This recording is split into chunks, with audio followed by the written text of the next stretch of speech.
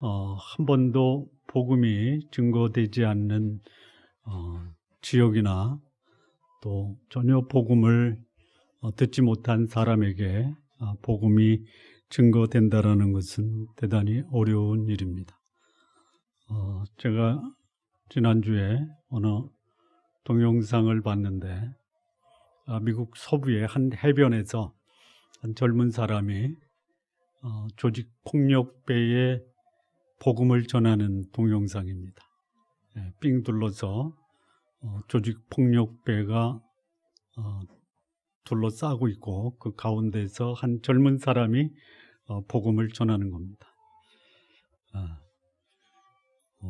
이 조직 폭력배도 복음 앞에서 상당히 살기등등하고요. 복음을 전하는 사람도 조직 폭력배 같은 사람 앞에서 아주 의기당당한 모습입니다. 살기등등한 사람과 의기당당한 사람이 일대 다수로 만납니다. 먼저 질문을 드리겠습니다. 조직 폭력배가 복음을 전하는 사람 앞에서 관심을 가질까요? 안 가질까요?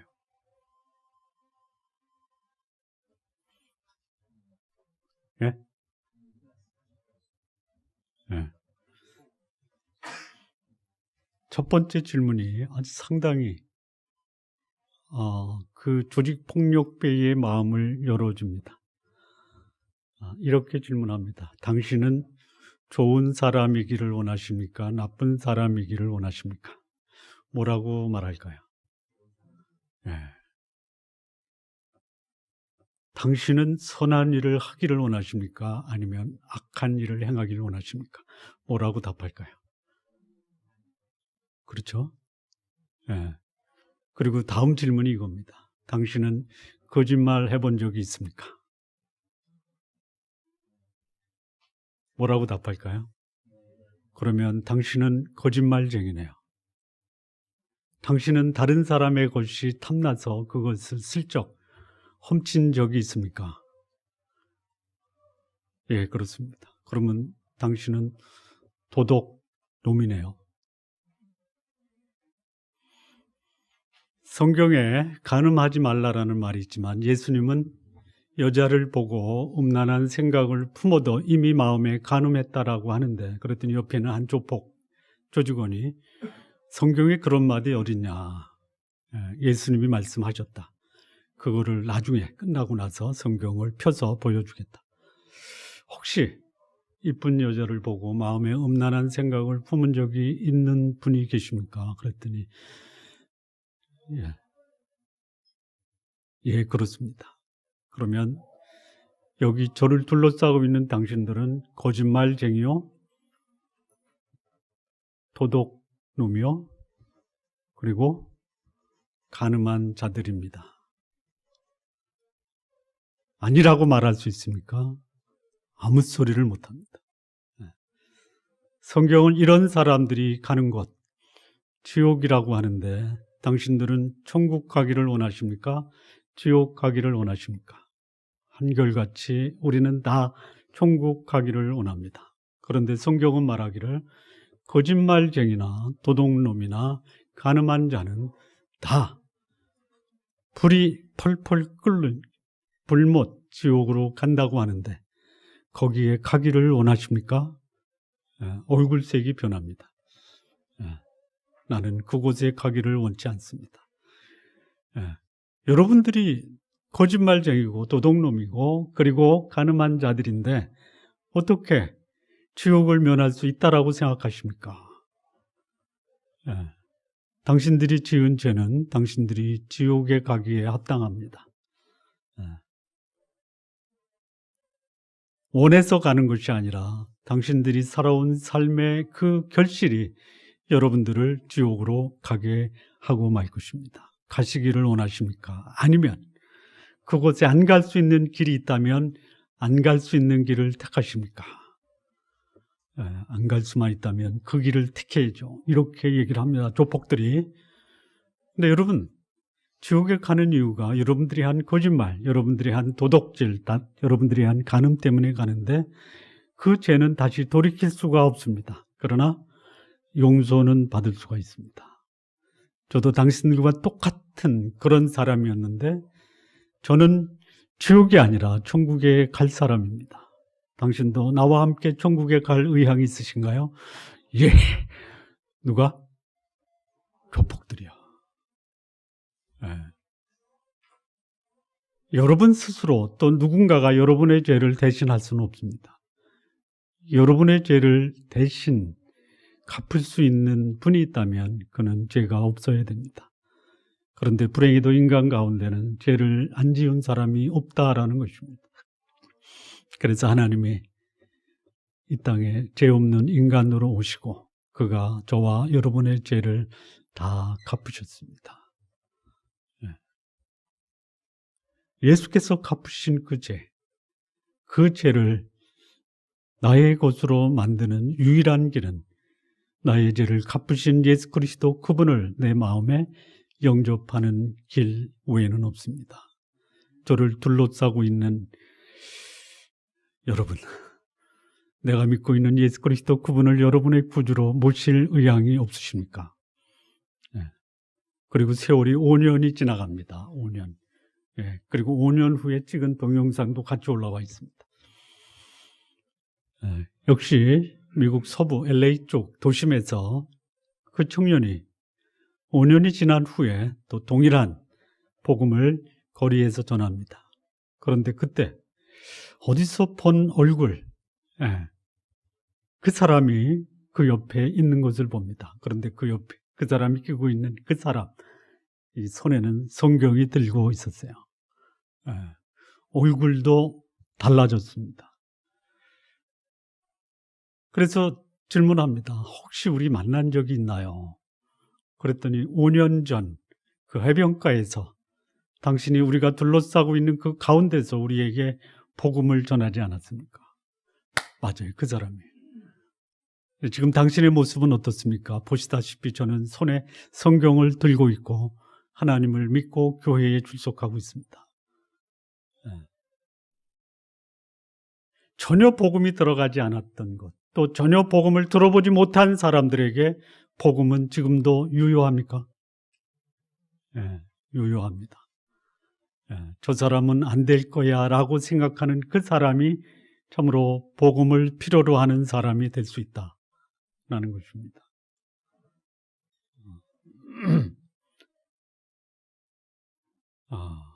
매일같이 불신자를 만나시는 분들 계시죠? 그리고 내 도움 없이는 안 되는 분도 계시죠? 끄떡끄떡하세요. 우리 강명걸 집사님. 혹시 그 용한 한의사가 필요하면 우리 강명걸 집사님한테 가시기 바랍니다. 기회다라는 것이 기회다. 제가 요즘뿐만이 아니라 굉장히 오래전부터 그 사람에게 복음을 전하고 예수 믿고 또 우리 교회 나오라 했는데 한 번도 안 온 사람이 있어요. 어제도 헤어지면서 그 얘기를 했는데 웃으면서 예수 믿어야죠 라고 하는데 글쎄요, 모르겠어요. 자, 한 번도 복음을 전하지 않는 사람, 또 한 번도 복음이 전파되지 않은 곳에서 복음을 전한다는 것은 여간 어려운 일이 아닙니다. 자, 그런데 이 복음이 내 생명을 구원했다. 나를 지옥에서 천국으로 옮겼다. 그리고 나에게 영원한 삶에 대한 소망을 주었다. 이거보다 가치 있고 감격스럽고 그리고 나와 동일한 삶을 살기 원하는 사람들이 이 소식을 듣지 못해 여전히 제 가운데 있다라고 한다면 나는 복음을 전할 준비는 되어 있어야 되지 않겠냐라는 것입니다. 안디옥 교회에 5 집사 중에 바울과 바나바를 따로 세워서 그들을 선교사로 파송을 합니다. 가장 복음 앞에 열정적이고 그리고 헌신적이고 복음을 위해서 자신의 삶을 드리는데 전혀 아깝다라고 생각하지 않았던 이 바울과 바나바, 그들이 복음을 가지고 안디옥 교회를 떠납니다. 키프로스라는 섬에서 바울과 바나바는 요한을 데리고 떠나서 소아시아의 항구 버가라는 지역에 도착을 합니다. 전혀 복음이 들어가지 않은 그곳에 복음을 전하러 바울과 바나바가 요한을 데리고 또는 마가를 데리고 출발을 합니다. 그런데 함께 동행했던 이 요한, 이 마가라고 하는 요한이 버가에 도착하자 배를 타고 예루살렘으로 돌아갑니다. 예루살렘으로. 우리 지난 시간에 여기까지 했죠. 요한이 예루살렘으로 돌아갔다. 왜 돌아갔죠? 고생하기 싫어서. 여러분, 고생하기 싫으면 돌아갈 수 있습니다. 고생하기 싫은 분들은 주일날 예배에 참석 안 하셔도 이해는 할 수 있습니다. 자, 조금 더 지난주에 했던 것을 추가해서 말씀드리면 조사를 해보니까요. 이것도 추정입니다. 가족들이 그리웠다. 구브로에서 바울과 바나바를 만났던 이 요한이 버가에 가서 보니까 그의 집이 예루살렘에 정착을 했단 말이에요. 그래서 예루살렘에 있는 가족들이 사무치도록 보고 싶었다. 그래서 돌아갈 수 있다. 충분히 공감이 됩니다. 말씀드린 대로 그들이 가야 될 그 전도 여행의 행선지를 보니까 소아시아 내륙으로 깊이 들어가서 그 내륙에 있는 높은 산맥, 타우루스라고 하는 산맥을 넘어가야 되는데 결코 쉬운 길이 아닙니다. 바울이 루스드라, 정확한 이름 모르는데요. 거기서 돌에 맞아서 거의 죽을 뻔합니다. 그리고 죽을 뻔한 이 바울이 가까스로 살아나 그 높은 산맥을 넘어서 계속 전도 여행을 진행하고 있습니다. 자, 그런데 이제 그 타우루스라는 산맥, 그 등반해서 넘어가는 것도 보통 고생이 아닙니다. 그런데 이 타우루스라는 그 산맥, 산이 높고 골이 깊다 보면 거기에 누가 있냐? 산적대들이 있습니다. 그래서 가지고 있는 거 다 뺏기고 목숨까지도 위협을 받을 수 있습니다. 여러분 아시죠? 여리고에서 예루살렘으로 가다가 도적대를 만났잖아요. 강도 기억나시죠?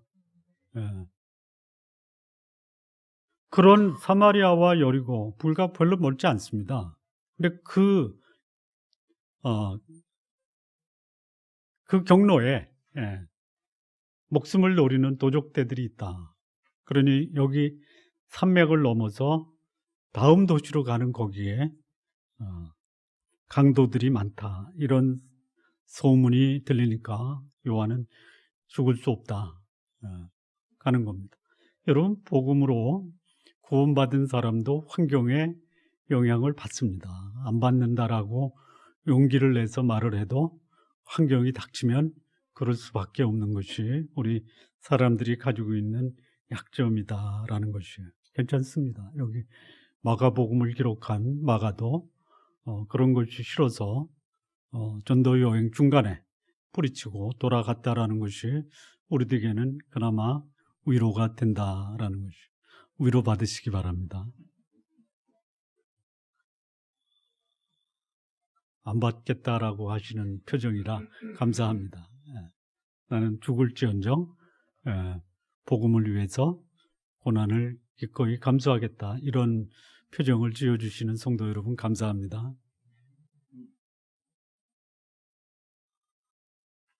전혀 반응이 없어요.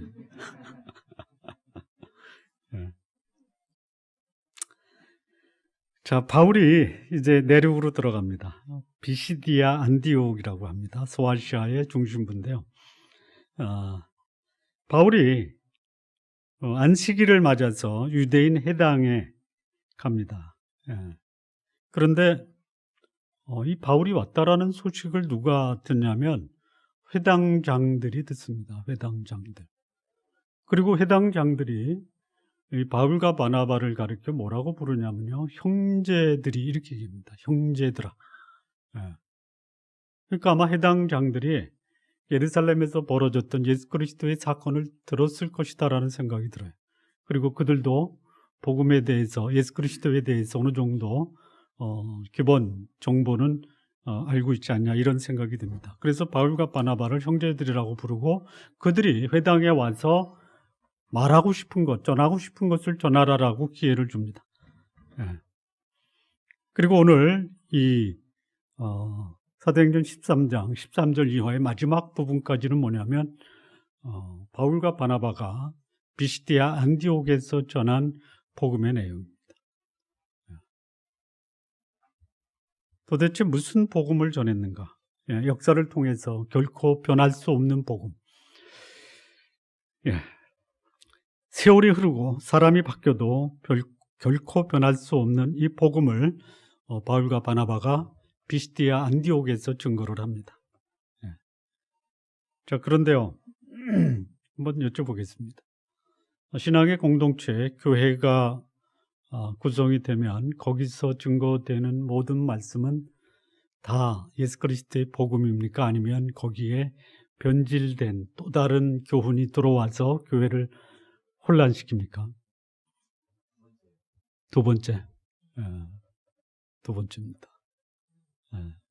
예수 그리스도의 복음이 증거되고 또 그 복음이 살아있음에도 불구하고 거기에 강력한 영향을 가지고 들어와서 이 순수한 복음의 말씀과 능력을 혼란시키는 세력이 있습니다.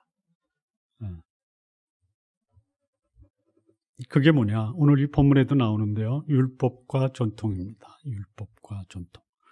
지금도 마찬가지입니다. 지금도.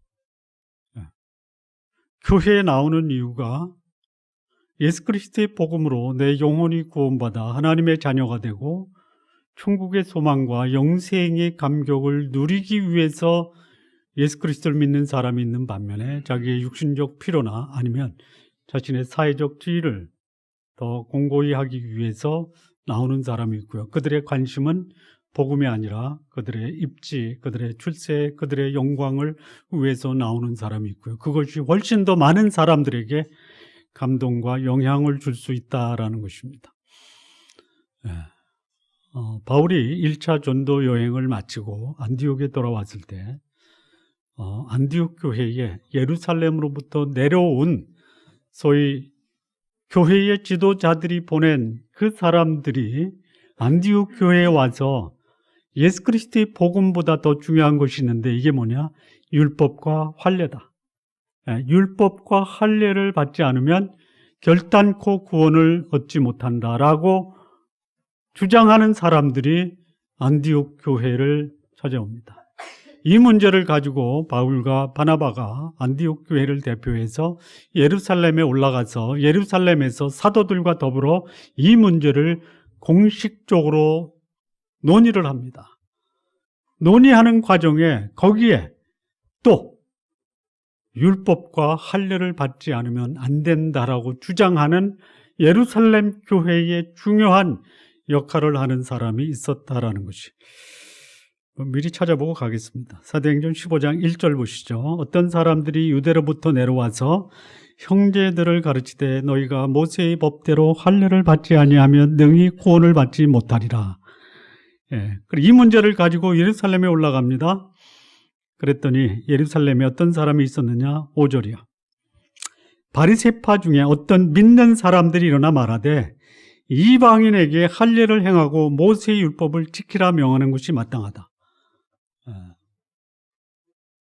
전혀 바울과 바나바가 소위 소아시아 그 지역의 복음을 전할 때 그들은 모세의 율법을 말한 적이 없습니다.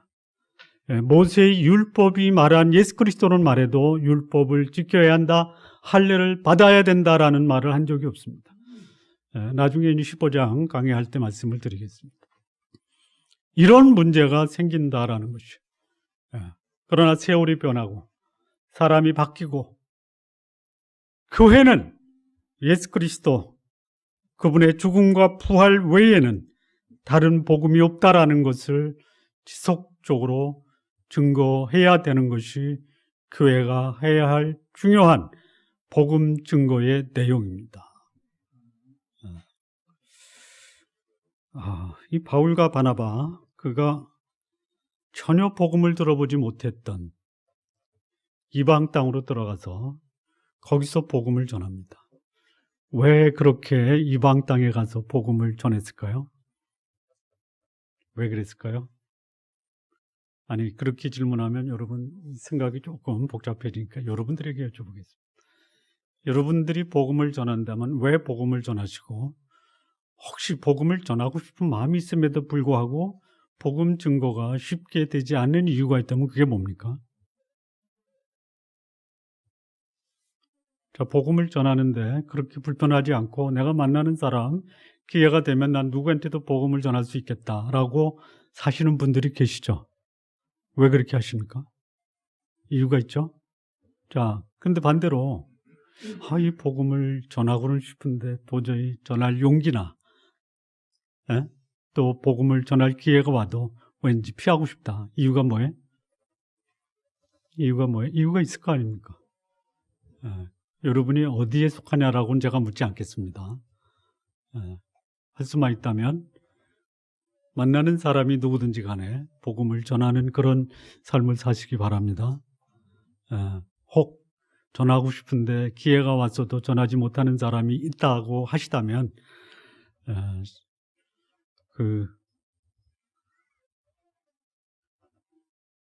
정기현 집사님을 부르시기 바랍니다.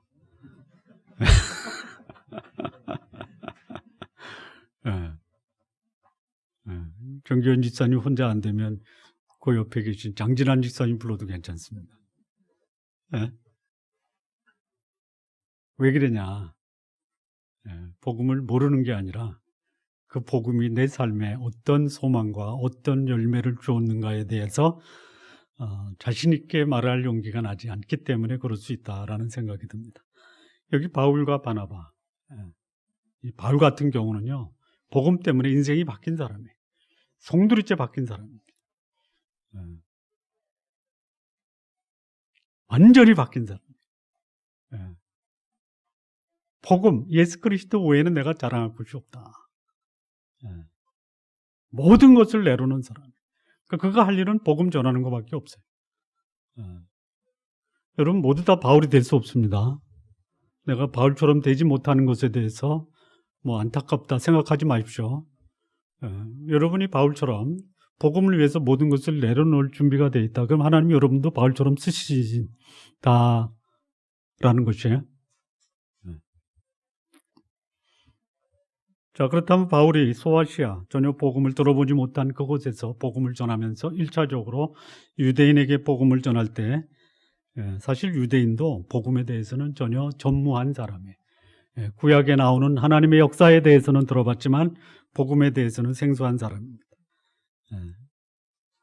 바울이 소아시아에서 증거한 이 복음의 내용이 무엇이냐? 첫 번째입니다. 16절에서 25절입니다. 이 말씀을 다 읽을 수는 없고요. 몇 가지만 소개를 하겠는데요. 이 16절에서 25절까지의 내용이 뭐냐면 예수 그리스도는 그냥 어느 날 갑자기 우연히 누군가에 의해서 깨닫고 알게 된 것을 즉흥적으로 만들어져서 전래된 그런 득도의 내용이 아니다라는 것이에요. 오히려 하나님이 이 예수 그리스도 메시아를 보내기 위해서 아주 오래전부터 이 메시아는 하나님의 예비된 복음이다라는 것입니다. 그래서 여기서 나오는 게 뭐냐면 애굽에서부터 이스라엘 백성을 하나님이 구원해내시고 그리고 40년 동안 광야에서 그들의 소행을 참으시고 애굽의 7 족속을 멸하시고 애굽과 광야 생활 450년을 지나게 하시고 그리고 하나님이 사사들을 통해서 이스라엘 백성을 다스리게 하시고 사울 왕을 주셔서 40년 다스리고 다윗을 세우시고, 그리고 다윗의 후손으로 하나님이 메시아를 보내시겠다. 그가 예수 그리스도다라는 것입니다. 하나님이 약속하신 대로 이 사람의 후손에서 이스라엘을 위하여 구주를 세우셨으니 곧 예수라. 그리고 예수께서 오시기 전에 요한이 먼저 회개의 세례를 이스라엘 모든 백성에게 전파한다라는 것을 바울이 비시디아 안디옥에서 증거한 이 복음의 서론이다라는 것이죠. 그러니까 복음은 즉흥적인 것이 아니라 하나님이 수천 년의 역사를 통해서, 아니 창세 전에 예수 그리스도를 인간을 위해서 예비하셨다라는 것을 말씀하고 있습니다. 이 말씀을 들은 사람들은 누구냐? 유대인입니다.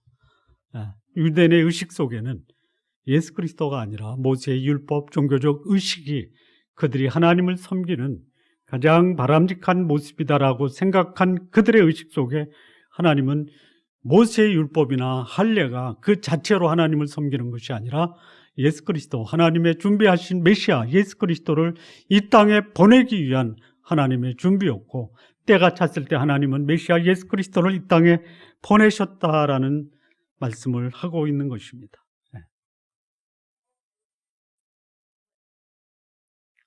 앞서 말씀드린 것처럼요, 인간은 자신의 죽음의 문제 또는 삶의 문제를 가지고 역사 속에서 수없이 고민해 왔던 것이 우리 인간입니다. 이런 사람이 있죠. 삶과 죽음의 문제를 고민하다가 드디어 깨닫습니다.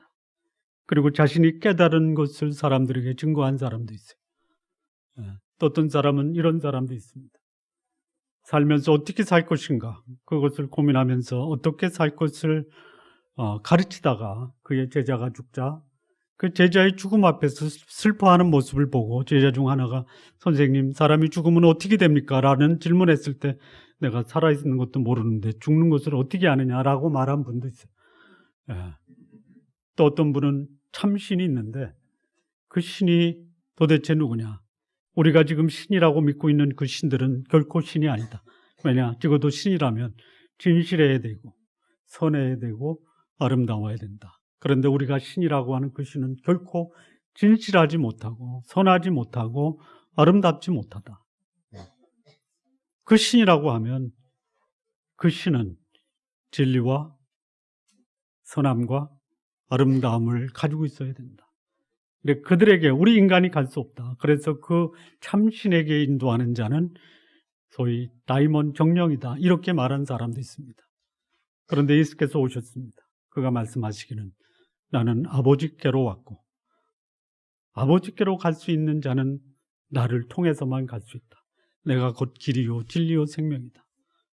인간은 역사 속에서 끊임없이 삶과 죽음에 대한 이 고민을 가지고 이 문제를 풀려고 애써왔다. 그러나 이 문제에 대한 제대로 된 정답을 주신 분은 예수 그리스도다라는 것이죠.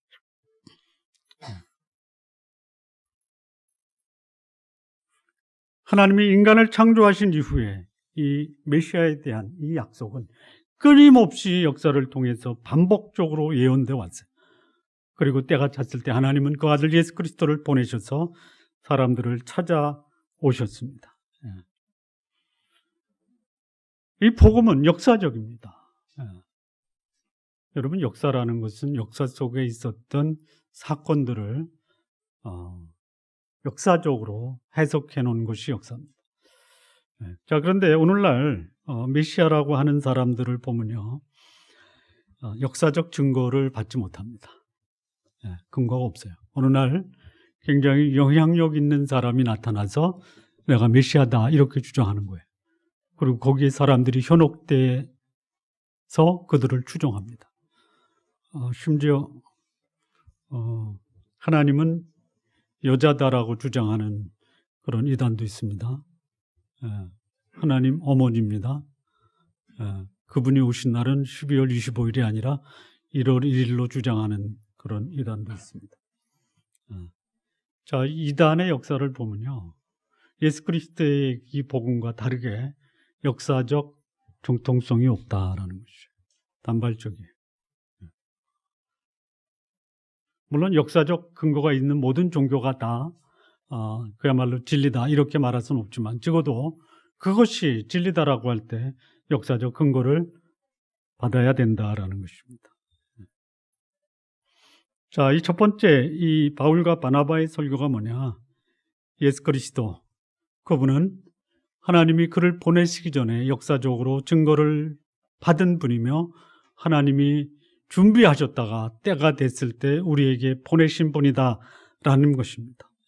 따라서 여러분들이 믿는 예수 그리스도 그분은 참으로 믿을 만한 가치와 근거를 가지고 있다. 여러분들도 내가 믿는 예수 그리스도 그분에 대한 역사적 가치와 근거에 대해서 확신을 가지시기를 바랍니다. 자, 두 번째입니다. 이 바울과 바나바의 이 설교, 복음의 핵심이 뭐냐? 예수 그리스도의 죽음과 부활입니다. 26절에서 37절 말씀이 예수 그리스도의 죽음과 부활을 증거하고 있습니다. 자, 37절을 보면요. 예루살렘에 사는 자들과 그들 관리들이 예수와 및 안식일마다 외우는 바 선지자의 말을 알지 못하므로 예수를 정죄하여 선지자의 말을 응하게 하였도다. 이게 뭐냐면요. 죽일 죄를 하나도 찾지 못하였으나 빌라도에게 죽여달라고 한 것입니다. 이거를 오늘 현대적인 용어로 바꾸면요.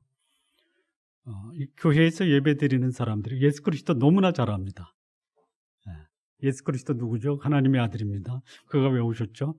우리를 위해서 십자가에 달리셔서 우리의 죄값을 치르기 위해서 오셨습니다. 그걸 믿으면 우리에게 어떤 결과가 일어나죠? 영생이 주어집니다. 이거 모르는 거 아닙니다. 그러나 여러분 그것을 알고 있다고 그 사람이 영생을 얻었다, 하나님의 자녀가 됐다, 천국에 간다라는 것이 아닙니다. 오히려 그 복음의 진리를 알고 있는 그 사람들이 여기 나오는 것처럼 선지자의 말을 알지 못함으로 예수를 정죄하여 죽일 죄를 찾지 못하였으나 십자가에 달려 죽게 할 수도 있다라는 것이죠.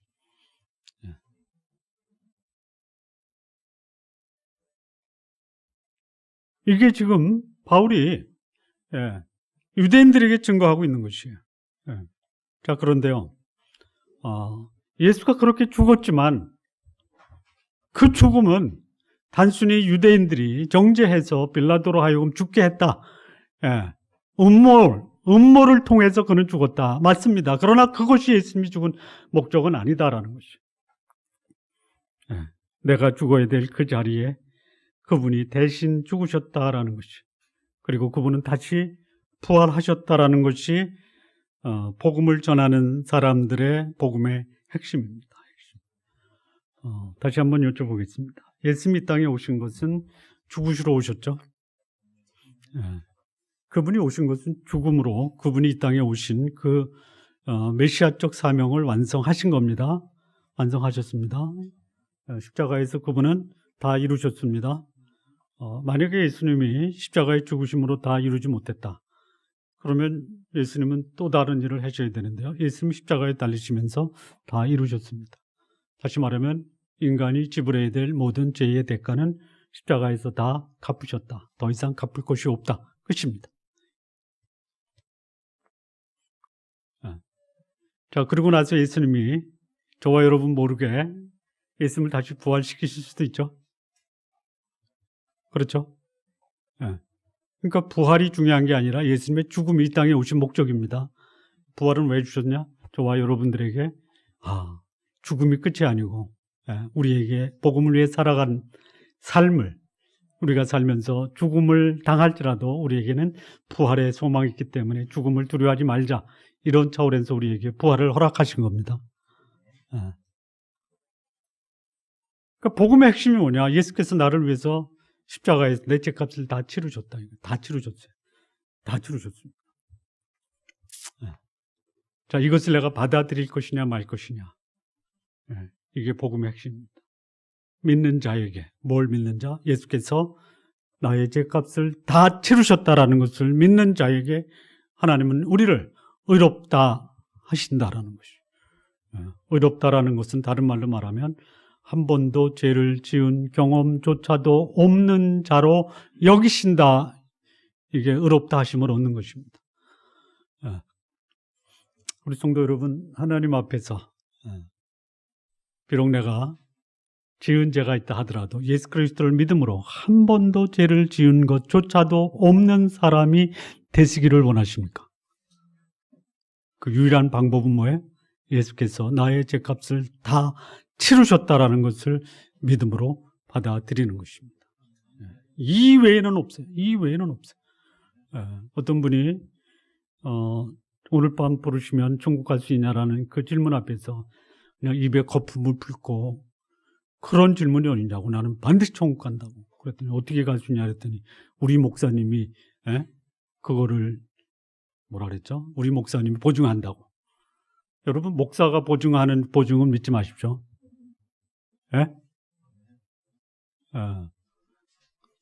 장로님, 제가 장로님 천국 가실 겁니다라고 말해도 믿지 마십시오. 예수님의 죽으심이 그 죽음을 받아들이는 자에게 천국이 보장되는 겁니다. 아멘 하십시오. 우리 담임 목사가 그랬는데 난 천국 간대. 믿지 마십시오. 근데 그렇게 믿고 있는 사람들이 너무나 많다라는 거죠. 아닙니다. 우리가 증거해야 될 복음의 내용이 뭐냐? 예수께서 내 죄값을 다 치르셨다. 내가 죽어야 될 그 죽음의 자리에 예수께서 달려서 죽으셨다. 이게 복음의 가장 중요한 핵심. 덤으로 주신 게 뭐예요? 부활입니다. 부활. 예수님이 마지막 십자가에서 하신 말씀이 뭐냐? 다 이루었다라는 것이. 거기서 끝난 거예요. 거기서 끝난 거예요. 그게 복음입니다. 근데 왜 예수님이 부활하셨는가? 저와 여러분을 위해서 하신 거예요. 저와 여러분을. 예수님 자신이 하나님이다라는 것을 증명하기 위해서 부활하신 것이 아니다라는 것이에요. 그분은 부활 안 하셔도 하나님의 아들이고 그분은 하나님이십니다. 자, 이게 복음이냐 아니면 다른 종교도 말할 수 있는 소위 종교적 훈계냐? 차이가 뭐죠? 이게 복음이냐 아니면 다른 종교도 말할 수 있는 어떤 종교적 훈계냐? 이 차이가 뭐예요? 예수 그리스도의 죽음입니다. 예수 그리스도의 죽음 없이는 해결될 수 없는 이 말을 하는 게 복음이고요. 예수 그리스도의 죽음 없이도 말할 수 있는 것은 종교적 훈계가 될 수 있어요. 우리는 종교적 훈계를 들으러 여기 온 것이 아니다라는 것이. 모든 설교가 예수 그리스도의 죽음과 부활은 아닐 수 있어요. 그러나 예수 그리스도의 부활, 예수 그리스도의 죽음 없이, 그 배경이 없이 말씀을 전하고 증거하는 것은 도덕적 또는 종교적 훈계에 지나지 않는다라는 것이죠. 그런데 예수 그리스도의 복음, 이것을 이해하고 알고 있으면에도 불구하고 이 복음을 거절하는 그 세력들이 교회 안에 얼마든지 있을 수 있다라는 것이죠.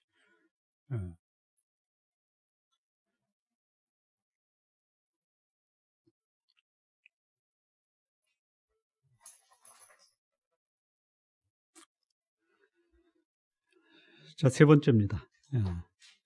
자, 이 복음을 증거한 이 바울과 바나바 이 설교의 결론인데요. 38절에서 41절입니다. 이건 제가 한번 읽어보겠습니다. 그러므로 형제들아, 너희가 알 것은 이 사람을 힘입어 제사함을 너희에게 전하는 이것이며 모세의 율법으로 너희가 의롭다 하심을 얻지 못하던 모든 일에도 이 사람을 힘입어 믿는 자마다 의롭다 하심을 얻는 이것이라. 그런즉 너희는 선지자들을 통하여 말씀하신 것이 너희에게 미칠까 삼가라. 일렀을 때 보라, 멸시하는 사람들아, 너희는 놀라고 멸망하라. 내가 너희 때를 당하여 한 일을 행할 것이니 사람이 너희에게 일러줄지라도 도무지 믿지 못할 일이라 하였느니라. 자, 이 바울, 바나바가 예수 그리스도의 죽음, 부활을 말씀하신 후에 결단을 촉구합니다. 무슨 결단을 촉구하느냐? 지금까지 붙잡고 있었던 율법과 전통을 따를 것이냐, 아니면 예수 그리스도를 택할 것이냐, 이 결단을 촉구하는 겁니다. 너희가 알 것은 이 사람 예수 그리스도를 힘입어 너희가 제사함을 얻는 것이다. 율법으로 말미암아 너희가 의롭다 하심을 얻지 못한다. 무엇을 선택할 때 이거예요. 예수 그리스도를 선택하는 사람 제사함을 얻고, 율법을 택하는 그 사람 이렇게 말합니다. 너희는 놀라고 멸망하라. 내가 너희에게 일러줄지라도 도무지 믿지 못할 일 행하였다. 이렇게 말씀하고 있습니다. 제가 언젠가 한 번이 아니라 2번 말씀을 드린 적이 있는데요. 우리 한국 기독교인의 의식구조에 소위 성경적, 복음적, 기독교적 사고가 몇 퍼센트 된다 그랬죠? 예? 몇 퍼센트? 대충 말하지 마시고요. 제가 2번 얘기했는데 20%, 30%와 10% 사이 20%입니다. 80%는 어디 의식에 사로잡혀 있는 거예요? 불교와 유교에 사로잡혀 있는 게 한국 기독교인의 의식구조. 이건 제가 그냥 생각나서 얘기한 게 아니라 연세대 그 교수가 한국 기독교인의 의식구조를 조사한 그 조사 자료의 결과입니다. 우리가 어디에 익숙합니까? 전통과 율법에 익숙합니까? 복음에 익숙합니까? 예? 거기 익숙해요. 이거 조금 뒤집어서 얘기할까요? 우리는 멸망당하는데 더 훨씬 더 가까이 가 있다라는 것이죠. 예. 제사함을 받아 하나님 앞에 의롭다함을 얻는 이런 삶보다는 나를 멸망으로 몰아가는 이 율법과 전통에 익숙한 그런 소위 종교 생활에 익숙하다라는 것이죠. 왜 그럴까요? 여러분, 복음이 여러분에게 감동을 줍니까? 율법과 전통을 따르는 삶이 여러분에게 여러분의 가치와 또 여러분에게 훨씬 더 매력과 호감을 줍니까? 어떤 게 더 줍니까? 솔직히 여러분, 복음이 여러분에게 별로 호감과 매력을 안 주고요, 전통과 율법과 종교가 여러분에게 훨씬 더 매력을 줘요.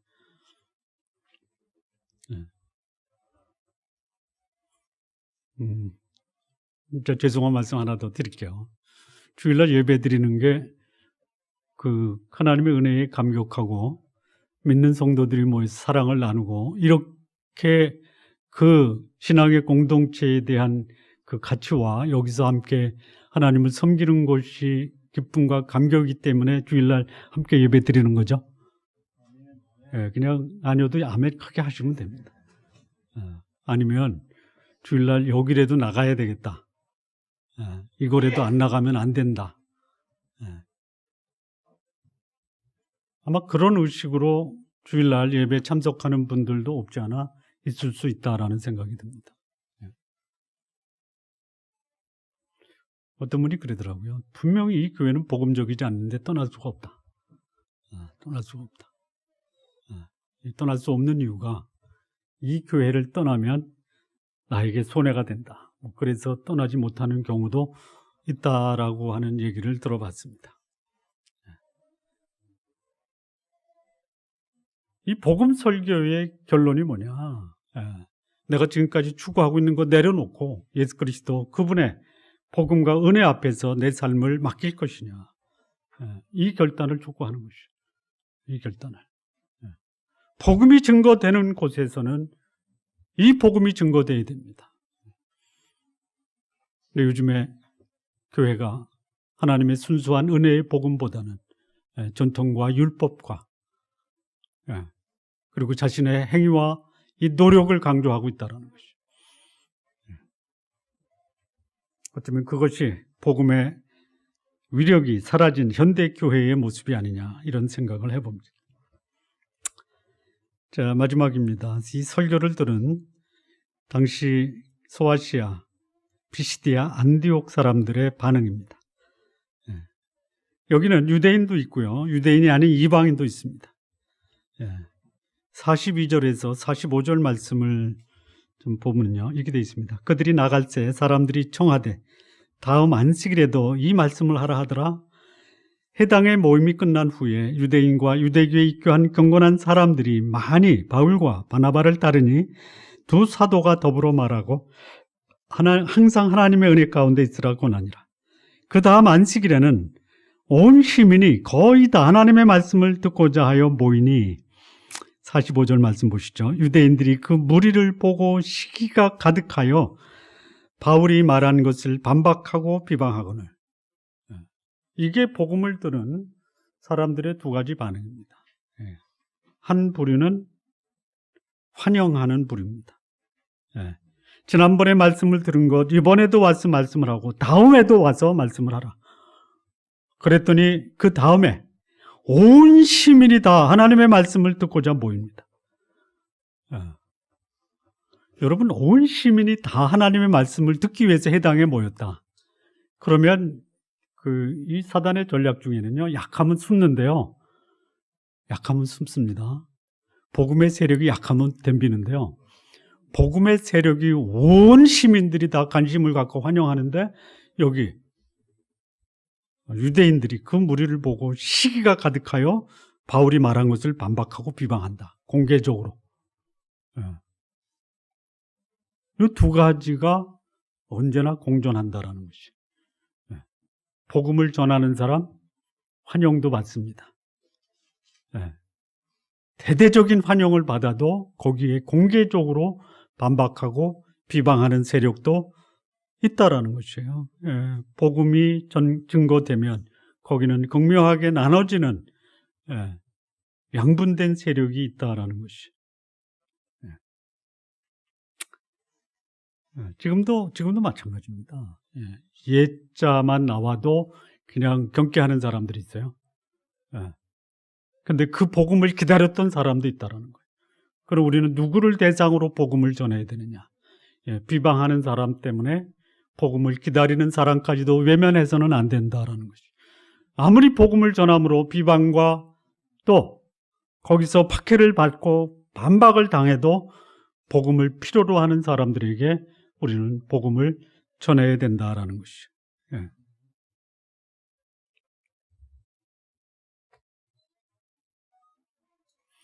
자, 마무리 짓겠습니다. 예나 지금이나 예수 그리스도의 복음 변하지 않습니다. 예수 그리스도 저와 여러분을 위해서 그분이 내 죄값을 다 지불하셨다. 그리고 그를 믿음으로 우리는 하나님 앞에 의롭다 하심을 얻는다. 이것은 역사가 흐르고 사람이 바뀌고 세월이 지나도 결코 변할 수 없는 하나님의 진리입니다. 예수 그리스도를 영접한 그 사람에게 하나님은 영생을 선물로 주신다. 변할 수 없는 하나님의 진리입니다. 그리고 예수 그리스도로 인해서 변화된 사람, 이 사람, 그 복음이 무엇인가를 확실하게 알고 그 복음으로 인해서 내 삶이 변화되었다라는 것을 경험한 사람, 그는 때, 장소 가리지 않고 내가 만나는 사람에게 복음을 전할 수 있는 준비가 되어 있어야 한다라는 것입니다. 준비된 사람 복음 전할 수 있습니다. 그리고 때가 오면 복음을 전하시는 성도 여러분 되시기 바랍니다. 우리 쫀나무교회 성도 여러분, 오늘 나에게 역사하신 하나님, 예수 그리스도 그분이 나를 위해서 죽으셨다라는 것을 믿게 하신 이 하나님의 은혜에 감사드리시고 나를 하나님의 자녀 삼으신 하나님의 은혜, 그 복음으로 내 주변 그들에게도 나를 변화시킨 하나님의 은혜가 흘러갈 수 있도록 복음을 증거하는 삶 드러내시기를 진심으로 바랍니다. 기도하시겠습니다.